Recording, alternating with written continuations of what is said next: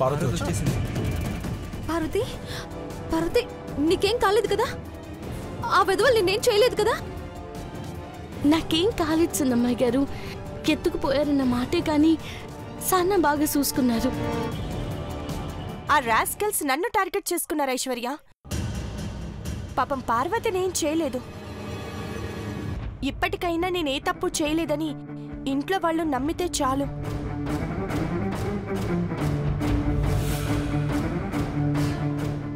నమ్మినందుకే నీ మీద ఎటువంటి చర్యలు తీసుకోలేదు నీలంబరి. లక్కీగా మీరున్నప్పుడే ఆ చంద్రముఖి మనుషులు ఫోన్ చేశారు కాబట్టి సరిపోయింది. లేదంటే జీవితంలో చెరగని మచ్చ నా మీద పడేది. అవును, పార్వతికి జరగరాంది ఏదైనా జరుగుంటే నా బతుకు కూడా అన్యాయం అయిపోయేది. ఈ ఇంటి పెద్ద కోడల్ని ఎవరు తప్పుగా అర్థం చేసుకోకూడదనే అఖిల అంత కఠినంగా మాట్లాడింది. ఇక నుంచి జాగ్రత్తగా ఉండండి. అలాగే అంకుల్. పిన్ని పక్కన ఉంటే ఇలాంటివే జరుగుతాయి. జాగ్రత్త బాబీ. చూసావా అక్క, ఏం జరిగినా దానికి కారణం నేనే అంటున్నాడు. జరిగిందేదో జరిగిపోయింది. రేపు సీమంతం ఏ ఆటంకం లేకుండా జరిగితే చాలు.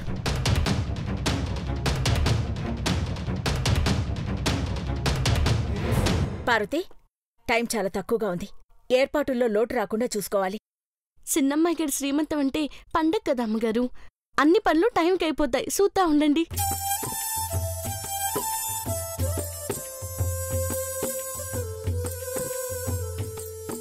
పెద్దబాబు, కిడ్నాప్ చేసిన వాళ్ళు దొరికారా? మేము వెళ్లేలోపు పార్వతిని వదిలేసి తప్పించుకున్నారమ్మా.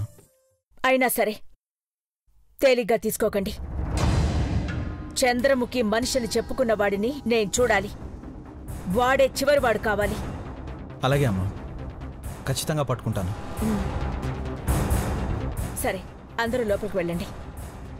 ఐశ్వర్య, రెస్ట్ తీసుకోమ్మా. టేక్ కేర్ రా. కూర్చో.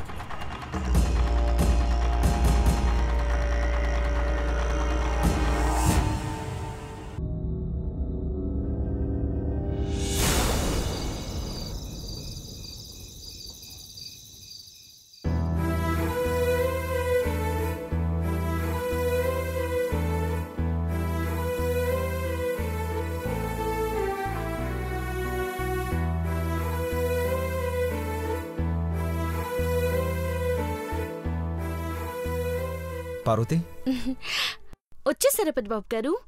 గోరింటాకు నూరుతా మిమ్మల్ని తలుచుకున్నాను, వచ్చేశారు.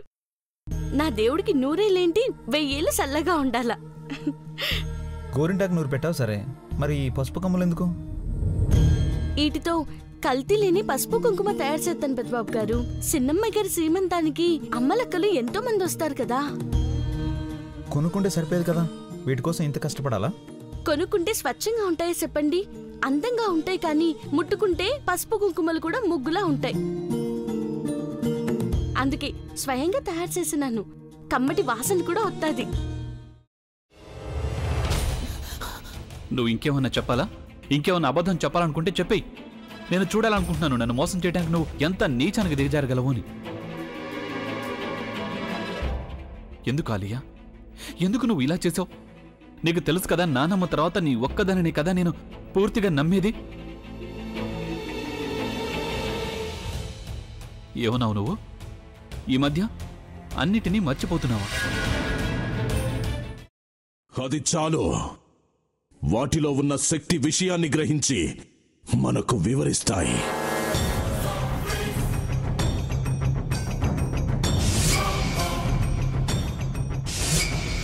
ఎవరూ ఆ దండ విప్పొద్దు, గది తలుపులు తెరవద్దు.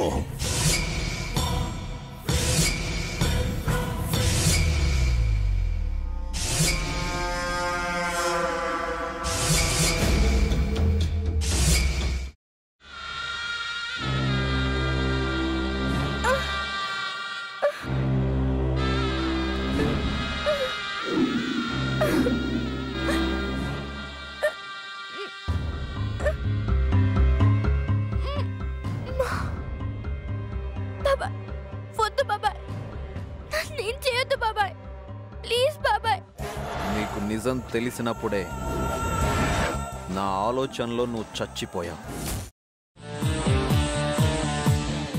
ప్లీజ్ కొంచెం తినండి ప్లీజ్. భీమారావు గారు మీరా? ఇగో మీరా కాదు సక్కుబాయ్. అవును, మీ పనామే లేచిపోయిందని చెప్పి కంప్లైంట్ ఇచ్చినావు కదా. రేయ్, ఆయన కంప్లైంట్ ఇచ్చింది లేచిపోయిందని కాదు, కనిపించడం లేదు అని. అట్లానా? సరే మేడం. ఇడియట్. ఆ వంట మనిషి పేరేంటన్నారు? రత్తాలు మేడం. ఏం పెద్ద మంచి, నీ వంట మంచిని కూడా మేడం అని పిలుస్తావా? రేయ్ హాఫ్ బ్రెయిన్,